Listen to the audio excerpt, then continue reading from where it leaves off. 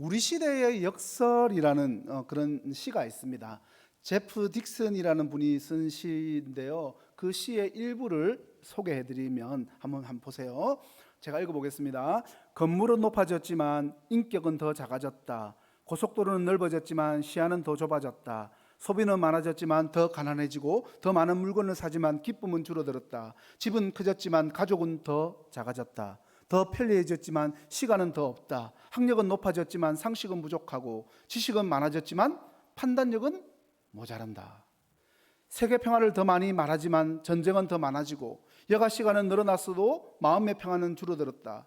더 빨라진 고속철도, 더 편리한 일회용 기저귀, 더 많은 광고 전단, 그리고 더 줄어든 양심. 쾌락을 느끼게 하는 더 많은 약들은 늘어나고 그리고 행복을 느끼기는 더 어려워지고 있다. 우리가 정말 공감할 수 있는 그런 내용들이지 않습니까? 요한복음 4장 말씀은요, 쾌락을 느끼는 약들은 더 많이 늘어나지만 참된 행복을 느끼기에는 더 어려운 이런 역설의 시대를 살아가는 저와 여러분에게 참된 행복에 대한 해답을 주는 그런 말씀입니다. 오늘 본문의 배경은 예수님께서 유대 땅에 계시다가 갈릴리로 가시는 길에 사마리아 땅을 지나면서 그렇게 만났던 사마리아 여인과 나누었던 대화의 그런 상황들을 보여주고 있습니다. 여러분, 이 이야기는 복음서 전체를 통틀어서 유일하게 요한복음에만 기록되어 있는 그런 말씀입니다. 그래서 아주 귀하고 의미심장한 그런 사건으로 볼 수가 있는데요. 왜냐하면 이 만남은 인생의 목마름을 해결할 수 있는 근본적인 해결책을 예수님이 직접 우리들에게 알려주시기 때문입니다.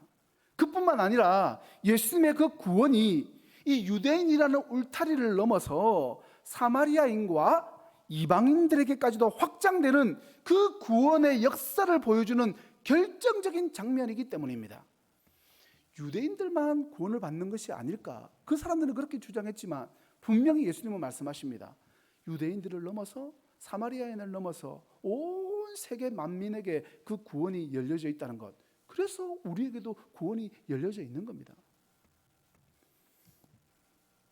그러니까 요한은요, 이 사건을 통해서 유대인들만 구원받는다는 생각을 깨트려 버린 겁니다. 하나님은 누구에게나 사랑과 구원의 기회를 주신다는 사실을 우리들에게도 선포하고 있는 겁니다.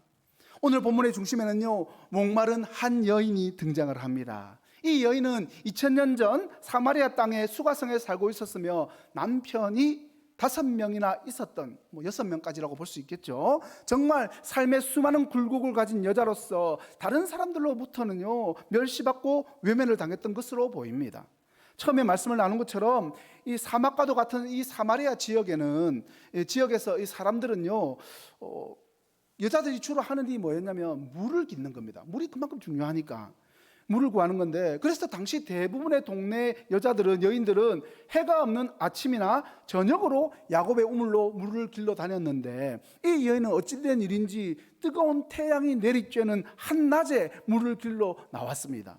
여기에 나오는 6시가 로마시로 보느냐 유대시로 보느냐 이렇게 막 의견이 분분한데, 오늘 본문에서는 유대시로 보는 게 더 낫다 이런 이야기들이 많습니다. 유대시로 보면은 낮 12시 정오쯤 되는 것이고, 로마시로 보면은 저녁 6시가 되거든요. 어쨌든 지금 우리는 정오쯤 되는 그 유대시로 보고 해석을 해 나가겠습니다. 이 여인은 어찌된 일인지 뜨거운 그 태양이 내리쬐는 한낮에 물을 길러 나온 겁니다. 어쩌면 사람들의 눈을 피해서 일부러 사람들이 없는 시간을 이용했을지도 모릅니다. 그런데 이 우물에서 한 유대인 남자를 만나게 됩니다. 뒤에서 자세히 말씀드리겠지만 원래 유대인들은요, 사마리아 사람들과 상종 자체를 하지 않는 그런 시대였습니다. 그래서 이 사마리아 여인도 자기를 사람 취급하지 않는 이 남자에 대해서 옷모습만, 그 모습만 봐도 저 사람은 유대인이다, 사마리아인이다 그렇게 알 수 있는 시대였기 때문에 저 남자 유대인 남자구나 그렇게 생각하고 신경도 쓰지 않았죠. 괜히 말 걸었다가 자기가 무슨 봉변을 당할지 모르니까, 괜히 쳐다봤다가 혼날지도 모르니까. 그래서 자신이 할 일 물을 깃고 있었죠. 그때였습니다. 정말 뜻밖의 사건이 일어난 거죠. 그 유대인 남자가 자기한테 오더니 물을 좀 달라고 요청을 하는 겁니다. 사마리아 여인은 깜짝 놀랐어요. 유대인이 굶어 죽어도, 목이 말라 죽어도 사마리아 사람들에게 부탁하는 것을 본 적이 없는데, 하물며 한낮에 자신을 향해서 질문을 하고 부탁하는 유대인을 보면서 얼마나 놀랐겠습니까? 그래서 이 여자가 말합니다.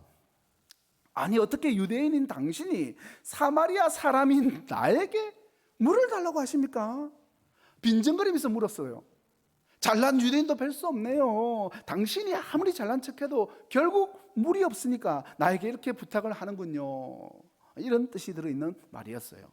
그 말을 듣고 예수님이 다시 말씀하십니다. 10절 말씀이죠. 예수께서 대답하여 이르시되 내가 만일 하나님의 선물과 또 내게 물 좀 달라 하는 이가 누구인 줄 알았더라면 내가 그에게 구하였을 것이요 그가 생수를 내게 주었으리라. 지금 자기에게 물을 달라고 부탁했던 그 남자가 이상한 이야기를 합니다. 내가 너에게 물을 달라고 한 것 때문에 놀랐느냐? 네가 나에게 하나님의 선물과 물을 구하면 나는 너에게 생수를 주겠다. 여인이 깜짝 놀라서 또다시 말합니다. 선생님, 여기는 우물도 깊고 선생님에게는 물을 깃는 바가지, 물을 깃는 도구도 없는데 어떻게 나에게 물을 주신다고 말합니까? 그리고 당신이 우리 조상 야곱보다도 더 능력이 뛰어난 그런 사람입니까? 이 세켐에 있는 이 야곱의 우물은 그냥 조그만한 우물 같은 수준이 아니었어요. 그 깊이가 한 30m가 됐다고 합니다.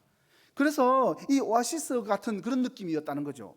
이 많은 항상 그 물을 기를 수 있는 염소 가죽으로 된 바가지가 있었는데 매달려 있기는 해요. 그런데 유대인들은 사마리아인들이 썼던 그 바가지를 손을 댈 이유가 없는 겁니다.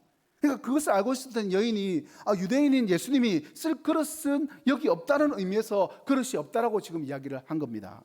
지금 사마리아 여인은요, 예수님이 주시겠다고 했던 그 생수를 우리의 육체의 목마름을 해결해 주는 그런 일반적인 물로 지금 생각하고 있는 겁니다. 그때 예수님께서 다시 말씀하시죠. 13절과 14절 말씀입니다. 예수께서 대답하여 이르시되 이 물을 마시는 자마다 다시 목마려니와 내가 주는 물을 마시는 자는 영원히 목마르지 아니하리니 내가 주는 물은 그 속에서 영생하도록 솟아나는 샘물이 되리라. 정말 귀한 말씀이죠. 우리는 이 말씀 들으면서 기쁨이 샘솟고 아멘 하고 싶고 그런 말씀인데, 이 말씀을 듣고도 사마리아 여인은요, 예수님이 말씀하시는 생수가 뭔지를 깨닫지를 못했어요. 그래서 사마리아 여인이 이렇게 말을 하는 겁니다. 15절이죠. 여자가 이르되 주여 그런 물 있으면 내게 주사 목마르지 않고 또 여기 물 기르러 오지도 않게 하옵소서. 영원히 목마르지 않는 그런 신기한 물이 당신에게 있으면 한번 저한테 줘보세요. 비웃음 섞인 말을 한 겁니다. 여기까지가 오늘 우리가 읽은 본문의 전체 사건인데요. 여러분, 오늘 본문을 통해서 발견할 수 있는 교훈을 우리가 세 가지 정도로 함께 나눠보려고 합니다. 첫 번째 우리가 발견할 수 있는 교훈, 먼저 사마리아로 예수님의 그 발걸음을 옮기신 이 사건을 통해서 장벽을 허무시는 예수님을 발견할 수가 있다는 겁니다. 여러분, 이 사마리아가 어떤 곳입니까?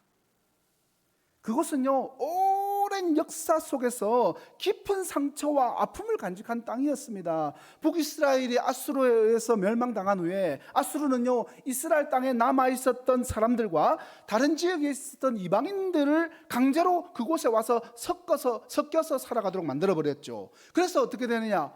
혼혈인 사람들이 태어나게 된 겁니다. 혼혈이 된 사마리아 사람들은요, 남유다, 즉 유대인들로부터 순수 혈통을 지키지 못했다는 그 이유로 멸시와 차별을 받을 수밖에 없었다는 겁니다.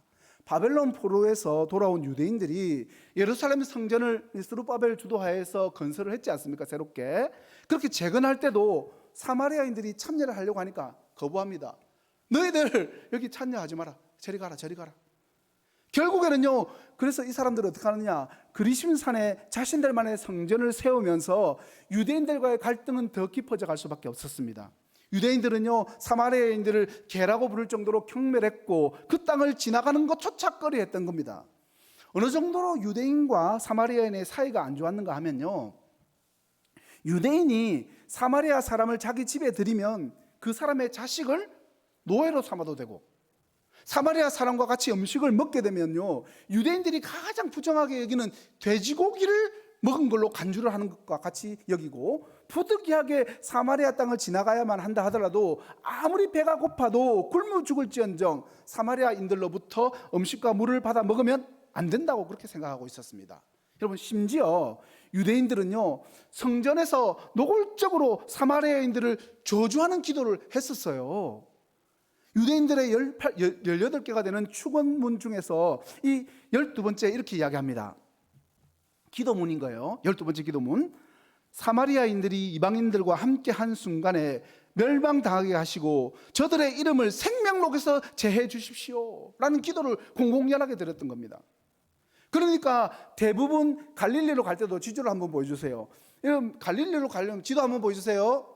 예, 갈릴리로 가려면요, 이 빨간 길 보이죠? 유대 땅에서부터 갈릴리 가려면 저렇게 가야 되는데 어떻게 합니까? 사마리아 땅이 있으니까 멀어도 베리아를 거쳐가지고 빙 둘러서 요단강도 건너고 저렇게 둘러갔던 겁니다.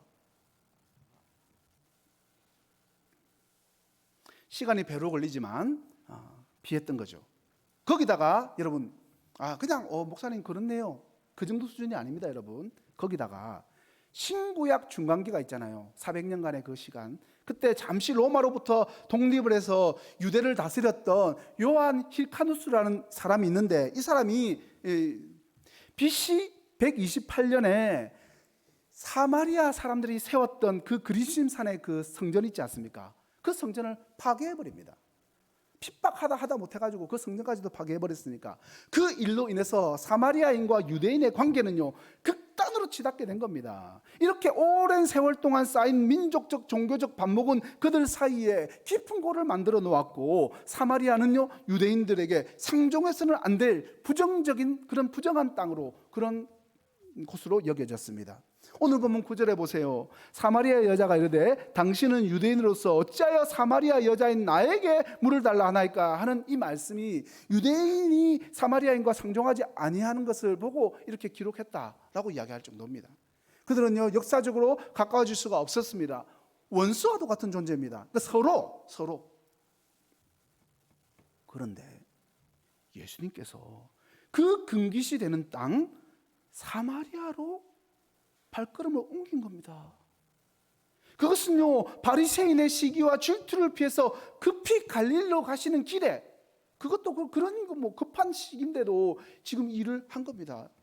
세례 요한보다도 더 많은 사람들이 예수님께로 몰려들고 또 제자들을 통해서 세례를 받는다는 소문이 바리새인들의 귀에 들어가게 되었죠. 예수님은 그들과 불필요한 갈등을 피하기 위해서 유대를 떠나시기로 결정하셨습니다. 하지만 예수님의 발걸음은 그냥 단순한 도피가 아니었던 겁니다. 4장 3절과 4절 말씀을 한번 보세요. 유대를 떠나사 다시 갈릴리로 가실새, 4절입니다. 사마리아를 통과하여야 하겠는지라. 여러분, 이 말씀은요, 단순히 예수님이 갈 길을 지금 말씀하시는 지리적인 그런 경로를 말하는 의미가 아닙니다. 사마리아를 통과하여야 하겠는지라라는 이 헬라어 데이라는 이 헬라어는요, 성경으로 보면, 영어 성경으로 보면은 must라는 의미가 있는 겁니다. 반드시 가겠다는 겁니다. 반드시. 예수님의 강력한 의지가 들어있는 하나님의 주권적인 섭리와 계획을 의미하는 그런 말씀이라는 겁니다. 그러니까 예수님의 이 사마리아의 행은요, 우연이 아니라 하나님의 정하신 때, 하나님의 그 계획에 따라서 이루어진 필연적인 발걸음이었습니다. 여러분, 유대인들이라면 당연히 사마리아를 피해서 요단강 동편으로 돌아가는 길을 택했을 것입니다. 아까 이미지를 한번 떠올려 보세요, 지도를. 하지만 예수님은요, 모든 사회적 통념과 금기를 깨트려 버리시고 사마리아를 통과하는 길을 선택하셨습니다. 왜 그러셨습니까? 분명한 의도가 있다고 말씀드렸죠. 그것은 바로 모든 민족을 향한 하나님의 구원 의지와 차별과 편견을 뛰어넘는 그 크신 사랑을, 인종과 종교의 장벽을 넘어서 모든 인류를 향한 차별 없는 하나님의 그 사랑을 직접 보여주신 겁니다. 이것이 바로 복음의 핵심이며 예수님께서 우리에게 보여주신 사랑의 본질인 겁니다. 이어서 우리가 두 번째 주목할 것이 있죠. 두 번째 한번 보여주세요. 예수님께서 사마리아 여인을 먼저 찾아가셨다는 사실, 먼저 찾아오셨다는 사실입니다. 외우기 좋죠? 장벽을 허무시는 예수님, 먼저 찾아오시는 예수님. 이 사마리아 여인과 예수님의 만남을 우리가 한번 생각해 보십시다. 사마리아 여인이 예수님이 메시아이심을 알고 예수님이 그 땅으로 지나갈 것을 알고 우물로 그 시간에 물을 길러 온 것이 아니라는 겁니다. 예수님이 사마리아 여인이 물 길러 오는 우물로 먼저 찾아오신 겁니다. 예수님께서 야곱의 우물 곁에 앉으신 것은요, 단순히 목을 축이기 위함이 아니었습니다. 예수님은 반드시 그곳에 가야 할 필요가 있었다고 말하지 않습니까? 여러분, 그 사마리아 땅에는요, 죄의 늪에 빠져 살면서도 하나님을 향해서 깊은 목마름을 갖고 사는 가여운 한 여인이 있었기 때문입니다. 그 여인의 마음속 깊은 곳에 있는 그 갈급함을 우리 주님이 아셨던 것입니다. 그분은요, 그곳에서 한 여인을 만나시기 위해서 영혼의 그 갈증을 해소시켜 주기 위해서 그곳에 먼저 와 계셨습니다. 여러분, 이 여인은 사회적으로 정말 소외된 사마리아 여인이었죠. 이 여인의 삶을 우리가 한번 들여다보면 당시 시대적인 배경을 이해하는 것이 중요합니다. 여러분, 5번의 이혼 경력을 떠올리면서 단순히 그녀를 음란한 여인으로 우리가 낙인 찍기 쉬운데, 그렇게 낙인 찍기 전에 그녀가 처한 상황을 먼저 한번 헤아려 보시기 바랍니다. 당시 사회에서는요, 여성이 이혼을 먼저 주도할 수가 없었어요. 그런 권리가 없었다는 겁니다. 오히려 남편의 일방적인 결정에 따라서 버려지는 경우가 대부분이었습니다. 이 여인이 5번이나 이혼을 했다는 사실은 그녀가 5번이나 남편들로부터 버려졌다는 것을 의미하기도 하는 겁니다. 그러니까 우리가 다 알 수 없는 고통과 상처와 그리고 깊은 그 절망감 속에서 그녀가 얼마나 힘겨운 시간을 보냈겠습니까? 더욱이 당시 여성이 혼자서 생계를 유지하는 것이 거의 불가능한 시대였지 않습니까? 사회적 안전망도, 이 경제적인 자립수단도 없었던 여성에게 결혼은요, 생존의 문제였습니다. 버려진다는 것은요, 삶의 벼랑 끝으로 내몰리는 것과 마찬가지였습니다. 그런 상황 속에서 그녀는요, 지금 함께 살고 있는 남자와도 정식으로 결혼을 하지 못한 채 불안정하고 위태로운 삶을 이어가고 있었던 겁니다.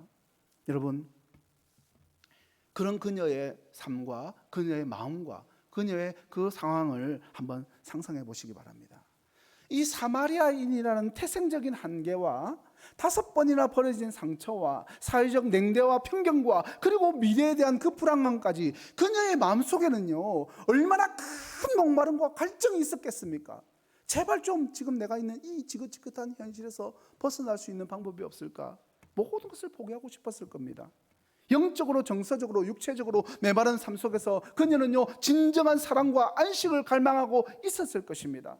예수님께서는요, 바로 그런 그녀, 세상의 잣대로는 죄인이라고 불릴 수밖에 없는 그녀를 찾아오신 겁니다. 그녀의 목마름을 아시고 그녀의 아픔을 공감하시고 그녀에게 영원한 생수를 주시기 위해서 말입니다. 이 만남을 통해서 우리는요, 예수님의 그 무한한 사랑과 은혜를 다시 한번 깨닫게 되는 겁니다. 사랑하는 성도 여러분, 사마리아 이 여인의 갈급함을 아셨던 그 주님이 오늘 저와 여러분의 갈급함 또한 아십니다. 여러분의 삶 속에 있는 그 깊은 공고와 타는 듯한 목마름을 주님이 아십니다. 남몰래 흘리는 그 눈물을 우리 주님이 아세요. 오늘 이 예배 자리에 나온 여러분들의 마음 가운데 정말 주님 없이는 내가 살 수 없습니다, 주님의 구원과 도우심이 정말 나에게 간절히 필요합니다라고 마음속 깊이 소리치고 계신 분이 있다면, 그런 성도님들의 마음의 그 중심을 주님이 아세요. 그 주님 앞에 전심을 다해서 영과 진리로 예배하십시오. 주님은 그 영혼을 만나기를 기뻐하시는 분이십니다. 역대하 16장 9절에 분명히 말씀하시죠. 같이 읽겠습니다. 여호와의 눈은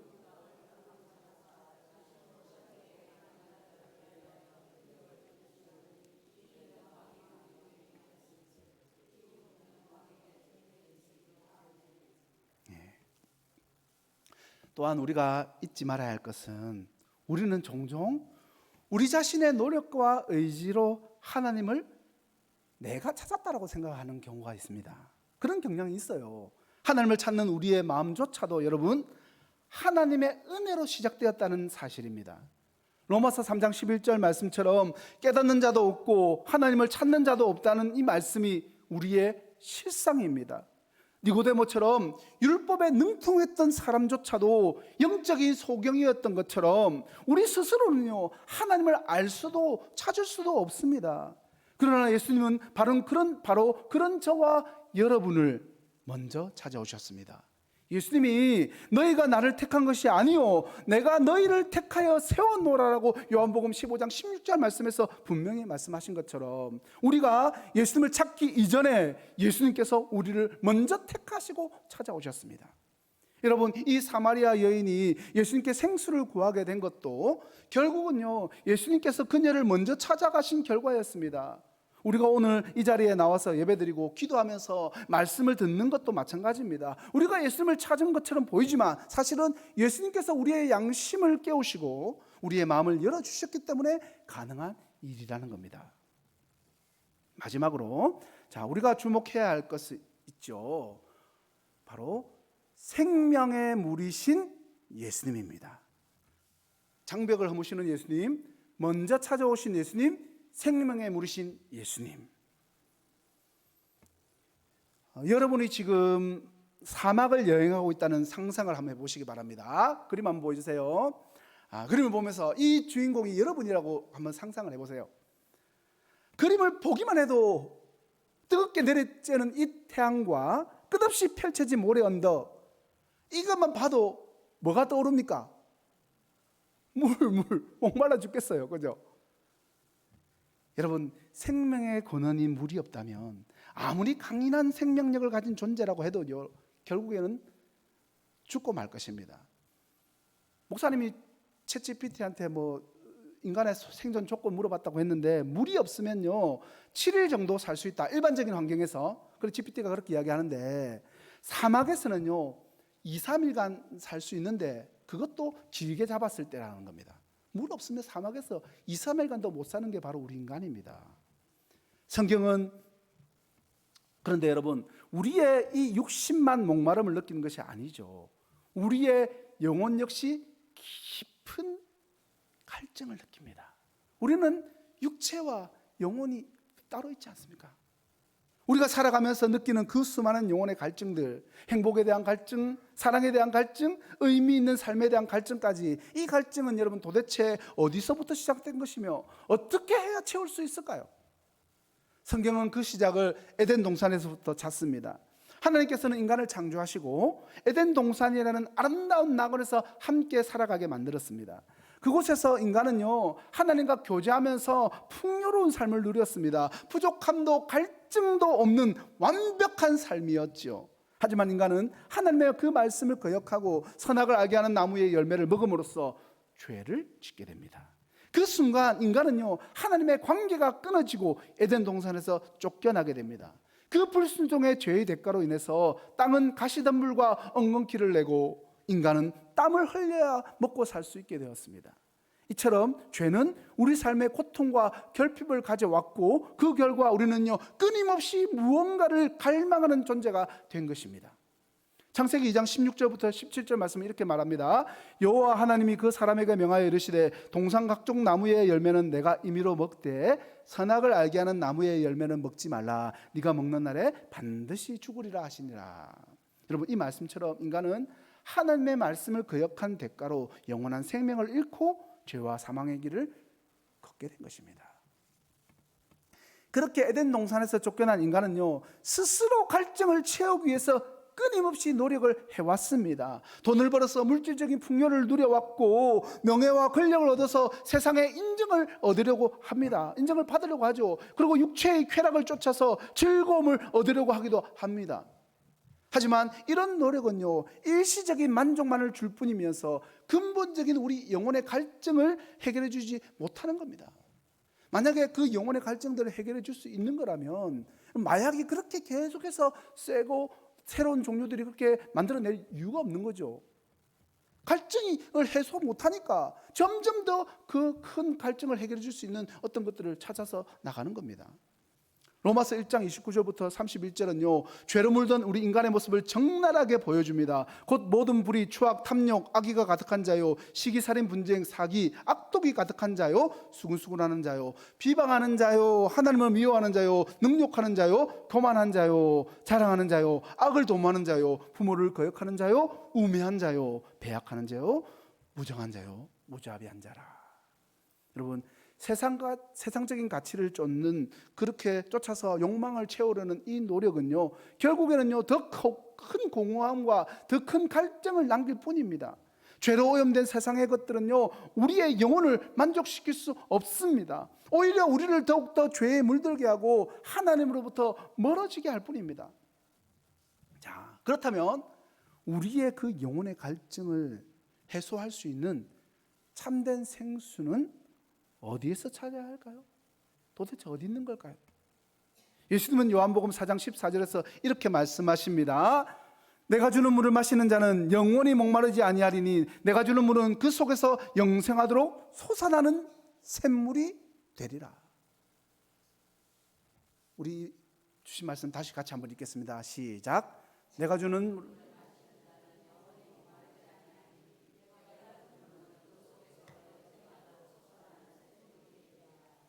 여러분, 예수님만이 우리에게 영원한 생명을 주시는 생수가 되십니다. 그 예수님을 믿고 그분의 말씀을 따를 때 우리는 비로소 죄 사함을 받고 하나님의 관계가 회복됩니다.